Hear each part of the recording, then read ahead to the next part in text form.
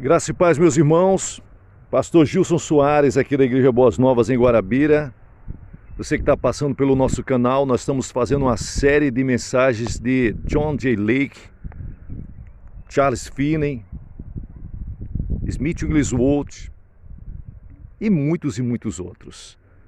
Se inscreva no nosso canal, dê o seu like, diga de onde você está nos acompanhando, ative o sininho. E temos muita coisa boa pela frente. Desde já, agradecer de todo o coração aquelas pessoas que têm abençoado esse canal com sua oferta, com o seu dízimo. Todos os dias, nós que fazemos parte da Igreja Boas Novas, nós oramos pelos dizimistas, ofertantes e colaboradores. Seja você também um ofertante, colaborador, dizimista desse canal, e Deus vai abençoar você. Aí na descrição tem como você fazer isso. Tem o número da conta e tem também a chave Pix para você fazer isso e abençoe a obra de Deus, porque é abençoando que você vai ser abençoado. Vamos para a mensagem de hoje, nos idos de 1914, John J. Lake, a lei do Espírito da vida.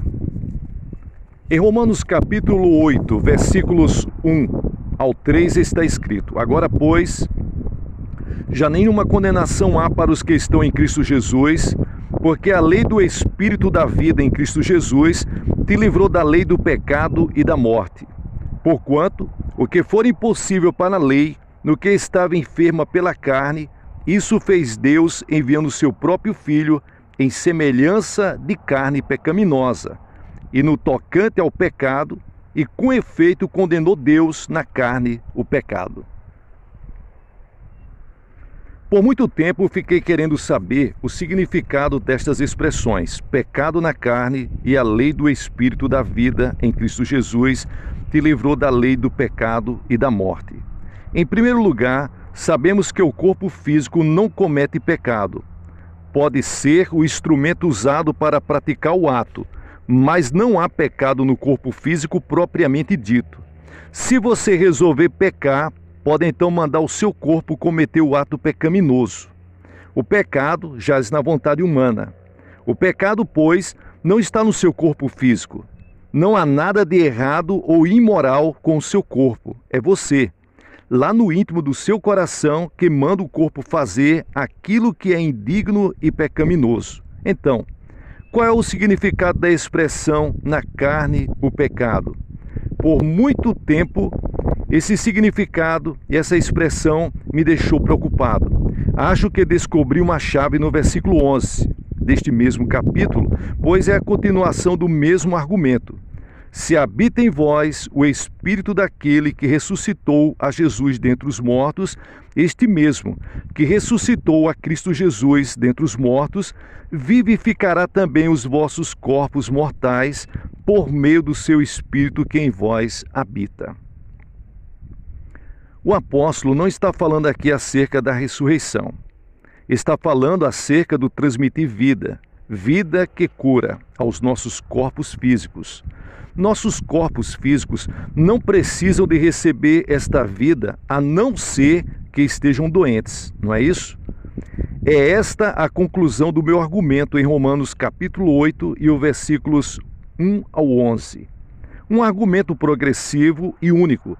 De que o apóstolo está falando? Está falando acerca de enfermidades e doenças e do pecado que se revela na carne, o pecado de uma lei que foi quebrada no seu corpo. O pecado é a quebra da lei, de algum tipo de lei. O pecado no corpo é quebrar a lei do corpo. A enfermidade é a quebra do bem-estar. E Deus condenou este pecado no corpo, este dano físico que nos causa doença. É como se o corpo fosse a parte mais fraca em relação à alma e o espírito. Quando a alma e o espírito estão doentes, a carne do homem, o corpo se ressente. Há 3 tipos básicos de enfermidades: a enfermidade do corpo, a enfermidade da alma e a enfermidade do espírito. A enfermidade básica é a enfermidade do espírito.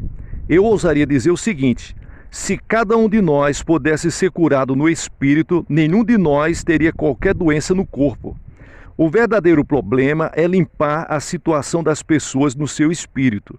Seu corpo se cansa logo que seu espírito se desanima. O desânimo é um fardo que quebra o seu corpo. Enquanto o espírito avança triunfante, você é um vencedor e pode continuar para frente. O homem não pode ser derrotado até que se sente derrotado no seu espírito. Quando perde a coragem, então já está vencido. A única maneira de colocar tal homem de pé outra vez é renovar um espírito certo dentro dele. É renovar o espírito que fora derrotado e conquistado. A cura, portanto, existe em 3 planos: a cura espiritual, a cura da alma e a cura física. Basicamente, a pessoa que está doente no corpo já há muito tempo está doente no espírito também. A doença já penetrou a alma e de lá se expandiu pelo corpo. Irmãos, nem posso descrever o que esta verdade que estou mencionando tem significado na minha vida. Agora posso examinar cada mudança física no meu corpo e descobrir a condição espiritual que a causou. Meu corpo corresponde ao estado do meu espírito. A cura do espírito em primeiro lugar. Essa é a grande questão. Quero ilustrar. Ontem fui chamado para visitar um homem de 80 anos de idade, que já estava enfermo havia 2 anos. Tinha uma grave doença em sua gengiva, e a doença já havia afetado o corpo inteiro. Entrei na presença dele com o espírito são, o espírito de vitória. Quando voltei hoje, vi o efeito.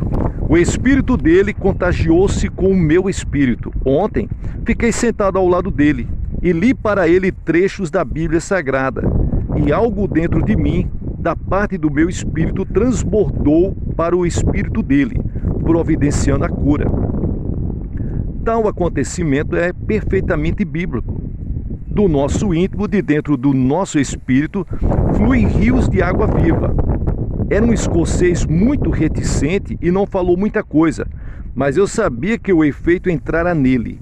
Orei em favor dele e fui embora. Voltei a vê-lo hoje. E algumas coisas já tinham acontecido no corpo dele. Sua atitude externa total já se mudara, recebera saúde da parte do Senhor. E como é que isto aconteceu? Através do meu espírito que passou vida para o espírito dele. O Espírito de Deus também está dentro de você. Há pouco tempo, uma senhora mandou recado pedindo oração, mas por um momento nem sequer pude falar com ela. É porque percebi que a necessidade dela não era de oração pelo seu corpo físico. Vi que não se tratava de pedir pela saúde física dela. A grande necessidade dela era que o espírito dela se ajustasse ao Senhor. As preocupações penetram em nossa vida e atacam a vida espiritual, mediante a corrosão de nossa conexão com o Senhor. Você já viu uma bateria de carro corroída, de tal maneira que a corrosão já tivesse comido os fios e as conexões já não funcionassem? Qual é o problema quando a partida não quer funcionar? Há alguma coisa corroída lá dentro. Você deveria ter conservado a bateria bem limpa. Assim também é a sua conexão com o Senhor. A primeira cura verdadeira é a cura do seu espírito, deixando o seu espírito ajustado ao Senhor. Se o seu espírito estiver fora de harmonia e em más condições, você não poderá obter a cura divina pela fé. Há pouco tempo, estava conversando com um certo jovem. Ele estava em situação desesperadora e seria necessário um milagre de primeira grandeza para apenas começar a alterar a vida dele. Fiquei sentado ao lado dele e disse: se você aceitar Jesus Cristo como seu Senhor, confessando-o como seu Senhor e aceitando a vida eterna, você já estará curado. Me perguntou: o que o Senhor quer dizer com isso, Sr. Lake? Expliquei: no momento em que você nascer de novo, já estará curado. Durante muitos anos, nunca tive receio de fazer uma promessa assim. No momento em que uma pessoa nasce de novo, a vida eterna entra no espírito dela. Depois disso, o espírito dela pode entrar em estreita comunhão com o Pai, o grande médico dos médicos, e a vida da parte de Deus se derrama para dentro do espírito, da alma e do corpo da pessoa, restaurando-a imediatamente por este toque.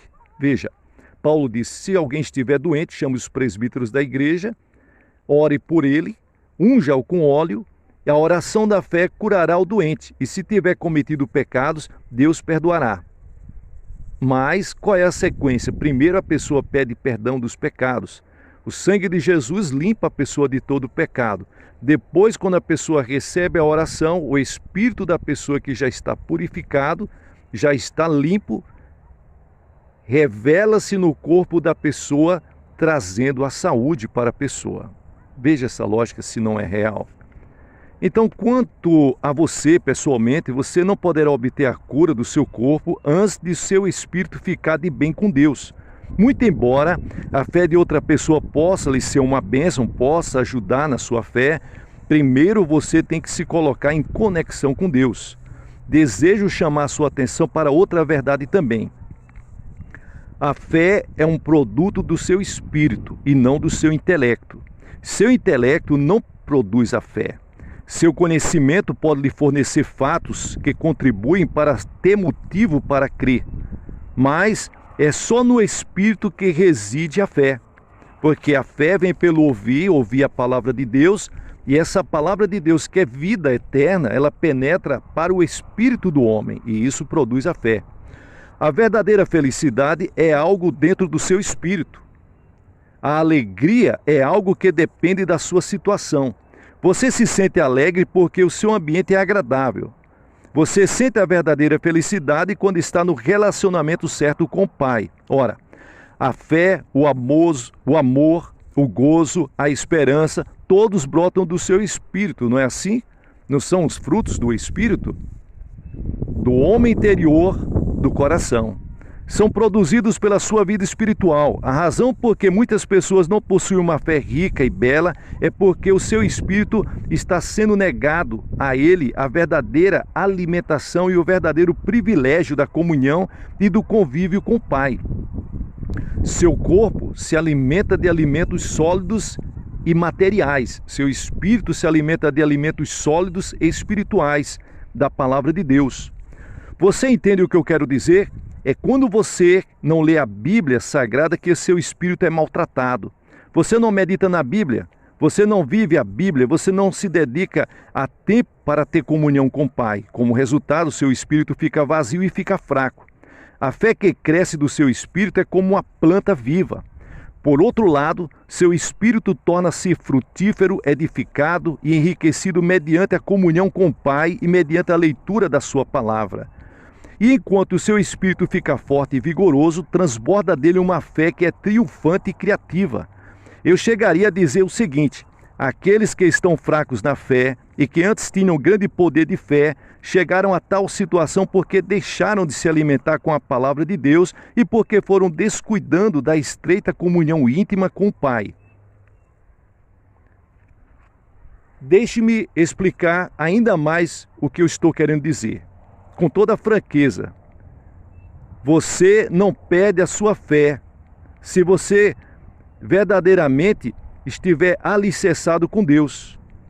Se não tiver rompido a sua comunhão com Deus, a sua fé está firme, ela está forte. Enquanto é rica a sua comunhão com Deus e a sua vida espiritual está em maré alta, sua fé sempre triunfa. Segui esta regra na minha própria vida. Durante muitos anos não entendi as leis que governam tal fato. Agora percebo tudo. Um ponto de suma importância é o seguinte: a vida espiritual tem que ser conservada saudável e vigorosa, e a saúde e o vigor que se conservam com 3 tipos de exercícios. Existem mais 3 são os tipos de exercícios mais importantes. O primeiro tipo de exercício é alimentar-se com a palavra de Deus. O segundo é uma contínua confissão diante de outras pessoas daquilo que Jesus significa para você. Não estou falando acerca de confissão de pecados. Falo em confessar a sua fé em Cristo, reconhecendo que Cristo é para você, na sua plenitude, na redenção que Ele concedeu, na satisfação de todos os seus anseios. E o terceiro tipo de exercício é a comunhão com Ele. Alimentar-se da palavra, confessar Cristo, comunhão com Deus. 3 coisas simples, não? Pois bem, São elas que produzem a vida espiritual poderosa. Você não pode ter espiritualidade sem essas três coisas. A cura existe em três planos: o plano espiritual, o plano mental e o plano físico. Por instantes, desejo ressaltar outro fato importante: o relacionamento entre o seu corpo e a sua vida espiritual. Paulo disse em 1 Coríntios, capítulo 9, versículos 27, que sempre conservava o seu corpo sujeito, completamente sujeito, em sujeição, para não ser desqualificado, não perdido, mas deixado de lado quanto ao serviço cristão, depois de ter pregado a outros, porque seria inútil para o serviço espiritual, porque o seu corpo teria obtido domínio sobre a sua vida espiritual. Se você se torna um guloso que vive só para satisfazer os seus apetites, sofre grandes perdas na espiritualidade. Mas se você controla o seu apetite conservando o domínio sobre o seu corpo, como fazia Paulo, a sua vontade cristã poderá ser exercida para o bem e terá oportunidade para evidenciar-se. Veja que coisa interessante. Agora quero repetir. Pode ser que você seja um grande atleta espiritual, mas eu vou falar para você a respeito da importância da leitura diária da Palavra de Deus. Você sendo um grande atleta espiritual, ou que já tenha sido um grande atleta espiritual, mas que sem saber quando ou como, tenha deixado de alimentar-se com a Palavra de Deus, coisas aconteceram com a sua vida, não é verdade? Para você, a palavra perdeu o seu gosto. Já não é uma delícia ao seu paladar. Conheço casos de muitos pregadores que já tiveram grande poder, mas que perderam o gozo e a alegria que tinham nas Escrituras. Como sei disso? Bem, eu sei pelo modo de eles agirem. O homem que ama a sua esposa quer ficar junto dela, não é verdade? Depois de voltar do serviço, não vai querer sair sem ela. Não vai querer se divertir longe dela. E quando o homem ama a Bíblia, podemos notar que ele tem a Bíblia sempre por perto, em suas mãos, no seu bolso e na sua mesa. Se ele se apega à Bíblia, fica sempre com ela. Quando vejo um homem de idade avançada, com os cabelos brancos, e percebo que ele ama a Bíblia, sei que ele ainda possui o frescor da juventude em sua vida espiritual. Todos os homens de vida espiritual abundante que já conheci, que depois entraram em declínio, devem para sua derrota ao fato de terem perdido o gosto pela leitura da Bíblia Sagrada. Há anos escutava um dos maiores homens que este país já produziu, quando ele sempre tinha a Bíblia na mão e pregava diretamente dela. Pregava de tal maneira que os sermões dele me levavam para a oração. Cada vez que eu o escutava, tinha de fazer o possível para depois ir embora sozinho para orar. Ele me fazia transbordar, tocava minhas emoções e me elevava espiritualmente. 20 anos mais tarde, quando o seu nome era citado por todos, fui ouvi-lo pregar mais uma vez. Notei que durante o sermão citava muitos trechos bíblicos, mas nunca tomou a Bíblia na mão. Percebi que tinha uma teoria, uma filosofia da redenção, ao invés de simples exposição da palavra de Deus, segundo o sistema antigo. Vi aquele homem cujo nome era conhecido pelo mundo afora e com umas 60 igrejas custeando a obra pastoral num edifício com assentos para cerca de 3.500 pessoas. E o edifício estava meio vazio. Havia ali o maior cantor solista evangélico que esse país já produziu, e mesmo assim a reunião era tão seca e sem vida como qualquer culto formal que se poderia imaginar. Disse ao cantor que noutra ocasião veio me acompanhar em algumas campanhas evangelísticas: Carlos, qual é o problema dele? Carlos respondeu: bem, não sei dizer, só sei que não é em nada semelhante para aquele homem que era antes. Não era uma questão de pecado na vida dele. Sua vida permanecia tão limpa quanto antes, mas acontecera que, de alguma forma, ele tinha reduzido a sua alimentação do espírito. A Bíblia, oferecida diariamente para a sua vida espiritual, já não era mais como antigamente. E em segundo lugar, antes ele tivera uma maravilhosa vida de oração, mas agora estava bastante reduzida. E em terceiro lugar, já não havia uma única confissão pessoal daquilo que Jesus Cristo significava para ele durante todo aquele sermão. Porque estava pregando num lugar em que a confissão pessoal era tabu, suscitava críticas. Se alguém dissesse algo acerca da sua própria experiência com Cristo, os ministros presentes logo de início diriam: ele está se jactando da sua própria vida, não é? Irmão, se você recebeu o poder da parte de Deus, não poderá evitar contar isso aos outros. Você terá algo para contar mesmo, com júbilo e alegria. O seu testemunho vai sair dos seus lábios, isso é uma coisa natural. Se você estiver andando na plenitude da vida, havendo comunhão entre o seu espírito e o Espírito de Deus, então terá muitas coisas maravilhosas para repartir com os irmãos na fé, não é verdade? O tempo todo você está recebendo novas experiências espirituais. Você está andando no ambiente dos milagres. Conheci aquele pregador quando andava no ambiente criativo da fé. Conheci-o mais tarde quando desceu para um ambiente puramente intelectual. A cura é basicamente algo espiritual. O poder que cura as enfermidades vem da parte de Deus para o espírito de quem está com fé e passa de lá para as suas mãos para então atingir o enfermo. Se você tiver o tipo certo de comunhão espiritual com Deus, receberá da parte dele. Não há maneira de negar esta verdade. Mas escute, meus irmãos, você não pode deixar uma corrente poderosa de vida divina passar por um pequeno fio fraco. E não pode receber esta potência se os fios da conexão com ela estiverem corroídos com o cuidado deste mundo. Você me diz: vou contar-lhes o que quero. Quero aguentar uns 10.000 volts da vida espiritual. Quero que a minha fiação seja conectada com Deus de tal modo que a plenitude do seu poder possa ser derramada através de mim, atravessando minha alma e fluindo através das minhas mãos e da minha voz para atingir o povo. Não é preciso muita coisa para romper a conexão entre o seu espírito e o de Deus. Você é espírito. Algo rompe a conexão e a força já não opera. Você pede as minhas orações. Não há poder. O que está errado? Algo rompeu a conexão. A potência flui da pessoa que ora com fé, mas não consegue tocar em você, atingindo o seu espírito. Imaginemos agora que tanto você como eu estejamos em um bom estado espiritual. Sim, em um bom estado espiritual. Então você perceberá que a sua cura, tão certo como Deus está assentado no seu trono, está sendo algo real para você. Se habita em vós o Espírito daquele que ressuscitou a Jesus Cristo dentre os mortos, este mesmo que ressuscitou a Cristo Jesus dentre os mortos, enviará a cura através do seu Espírito para entrar na sua carne mortal e penetrar cada parte do seu corpo, cada célula, cada osso, cada tendão, cada órgão, pele, nervos e tudo que faz parte do seu corpo.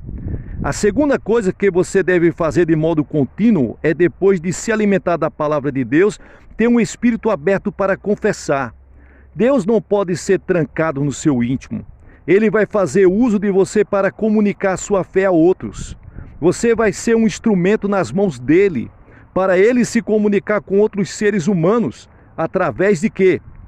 Da pregação da fé, de testemunhos vigorosos e orações poderosas. É através de você que Deus vai operar entre os que não são, entre os que não conhecem, entre os que não nasceram de novo, entre os que estão fracos na fé, para que entrem em comunhão direta com Deus. E isto é algo belo, não é verdade?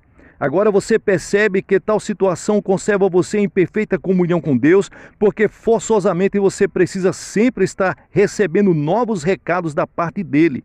E, portanto, você renova a sua comunhão com ele. Você se alimenta com a sua palavra e você conta aos outros o que ele fez por você. E nenhum pregador cristão pode continuar ativo por muito tempo se não tiver um testemunho sempre em dia acerca daquilo que Deus está fazendo com ele atualmente. Nenhum cristão está seguro se não tem uma experiência atual com o Senhor, porque alguma doença lhe poderá sobrevir e ele não terá o poder para ser liberto dela. a não ser pelo poder poderoso de Jesus Cristo, o Espírito de vida. O relacionamento entre o corpo humano e a vida espiritual como descortina um planalto inexplorado de impossibilidades. Em Romanos capítulo 6, versículo 12, Paulo diz: não reine, portanto, o pecado em vosso corpo mortal. O pecado não deve reinar, mas o pecado começa no espírito e depois passa para a alma. Está atuando também em alguma parte dos seus processos mentais. Só depois disso resulta em quebra de alguma lei física no seu corpo. Aí então entra o quê? Entra a enfermidade. Certa mulher me disse recentemente: minha filha está resolvida a fazer uma operação. Perguntei: qual é o problema dela? Ela respondeu: o médico ainda não sabe, mas acha que é preciso examinar por outro. Já ouviu alguma coisa igual a isso? Então, o médico quer abrir o corpo dela para um exame total. Você entrega o seu corpo para os médicos fazerem dinheiro e para os cirurgiões retalharem por uma alta soma. Imagine só. E depois de sofrer com enormes estragos físicos e sem sobrar mais qualquer possibilidade humana, então vai querer voltar-se para o Senhor. Daí vai querer receber a cura sem pedir ao Senhor perdão por seu estrago que foi realizado em seu corpo e pela forma como você confiou nos médicos sem confiar no Senhor Jesus. Veja, a mulher do fluxo de sangue fazia 12 anos que gastava tudo que tinha à mão de vários médicos.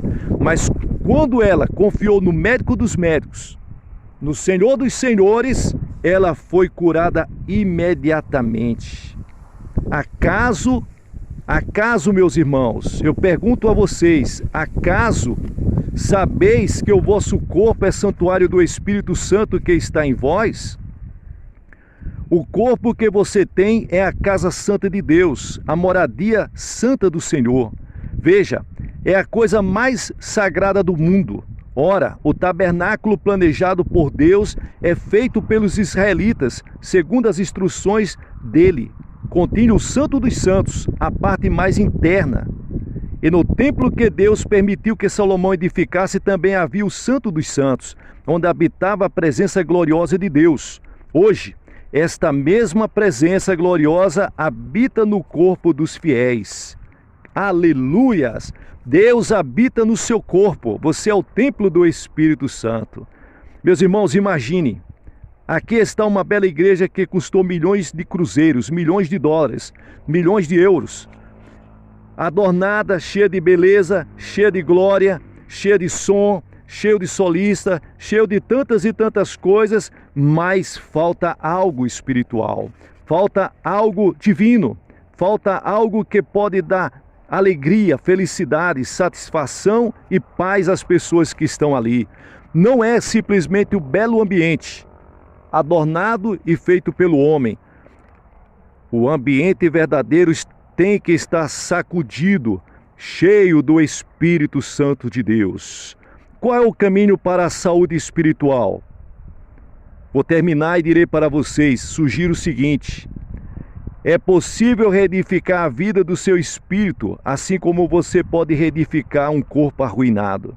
É assim que os grandes atletas adquirem a sua grande força. Um deles, que fiquei conhecendo há alguns anos, estava tuberculoso e era considerado um caso perdido. Outro foi um jovem que, com 18 anos de idade, estava para morrer com tuberculose, sem mais esperança. Mas depois tornou-se um dos grandes campeões americanos de luta livre.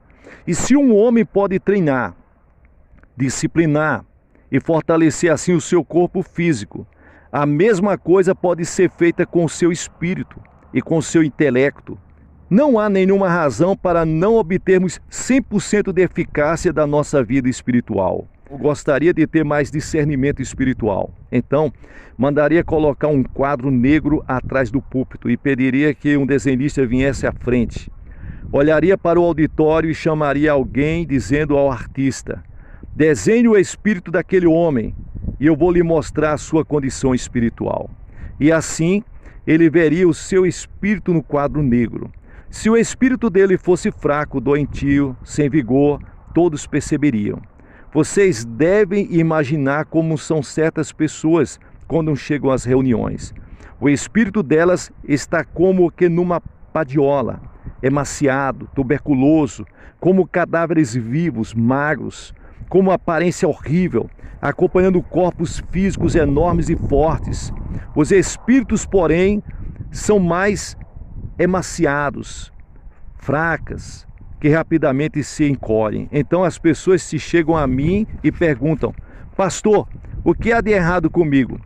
Parece que não tenho nenhuma alegria no Senhor. Imagine só. Daí responde: irmão, você tem tuberculose espiritual, seu espírito está definhando. Não sei se vai sobreviver esta noite. Outra pessoa se chega a mim e pergunta: pregador, o que há de errado comigo? Por alguns momentos olho para a pessoa cuidadosamente. Você quer o meu diagnóstico? Sim, Senhor. Você tem câncer. É câncer do espírito e já está atacando a veia jugular do seu espírito. Acho que falta pouco para a sua vida se acabar. A doença logo vai matá-lo espiritualmente. Ora, se o seu espírito chegou à situação de não ter mais apetite para as coisas de Deus, então você tem sido muito infiel.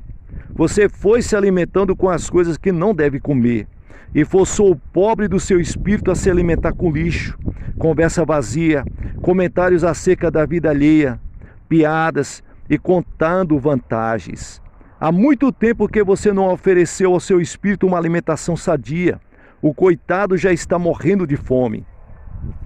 Tive uma experiência no Texas quando praticamente a congregação em peso veio para pedir curas. Disse-lhes: fiquem sentados, escutem a pregação, não vou orar por ninguém. A maior parte da congregação recebeu a cura completa dentro de pouco tempo. Os membros vieram cada dia durante 30 dias. No fim desse período de 30 dias, havia apenas uns 7% da congregação sem a cura física.